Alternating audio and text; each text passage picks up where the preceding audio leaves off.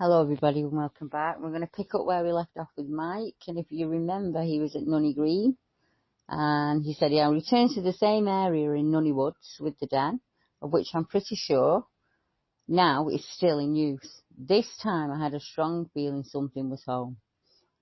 I had a good look round. After several minutes I decided to sit down and have some coffee and a sausage roll and try my new working practice of wait and see. And after some time, off to my front right at about 100 metres, something black was in the bushes using a tree as cover.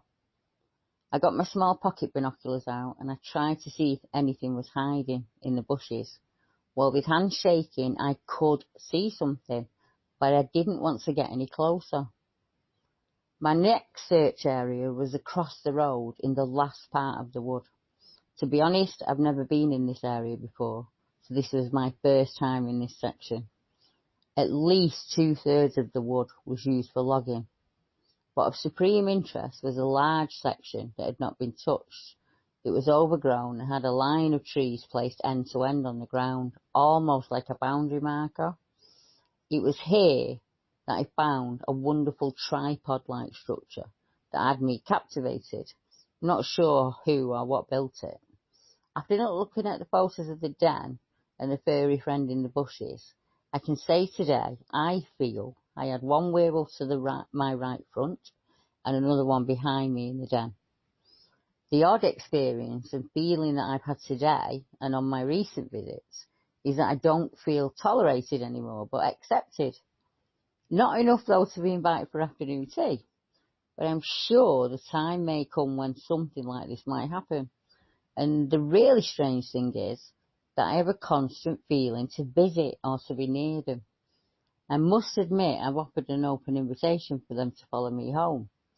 I know for some this is really dumb, but I feel for some reason, for me, this is the right thing to do.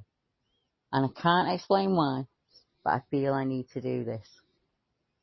Now the next visit is to Southday Woods near Bardney, and the weather is clear, warm and sunny, and it's 15 degrees, and the time is 9:20 till 11:30.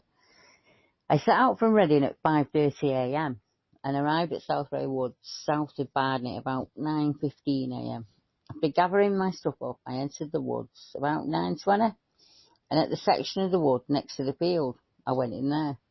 Upon entering the wood, I turned right and proceeded along a footpath, and after about 10 minutes, something caught my eye, and as I turned left, a tall black figure was peering around a tree at me, but I couldn't make out if it was a humanoid or a large canine, because it quickly moved behind the tree and disappeared. I decided to follow, but I couldn't see anything or hear anything. I did find some large prints, and much to my surprise, I found a man-made lean-to with a handmade single bed. It was big enough for one person, and it looked as though it had been made recently. I didn't take any photos. It seemed wrong somehow to invade this person's space. The footpath skirts the outside of the woods, but the interior of the wood is densely overgrown with thick brush and marshy ground in some places. The wood itself is intersected with ravines and streams. There were a lot of bluebell patches, and it was near one of these patches that I found some more prints.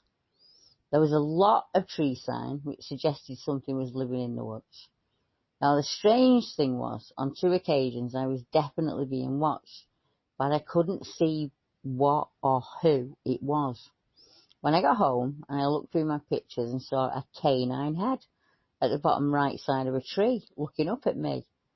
Now, at the time, I didn't see it, so this has led me to a theory of some sorts, because this has happened on more than one occasion, and it was where the birds are singing, but the werewolves are cloaked, but when they are in the flesh and blood, everything stops, birds and everything, it goes quiet.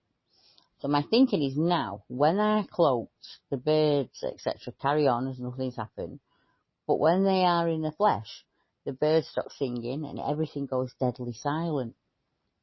Overall, the day was well spent, and Southday Wood is definitely an area of interest.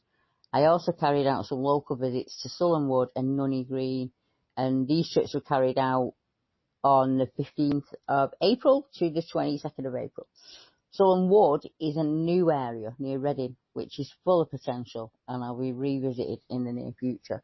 So until next time, thank you very much for joining Mike and myself, and we will keep you updated. Good night.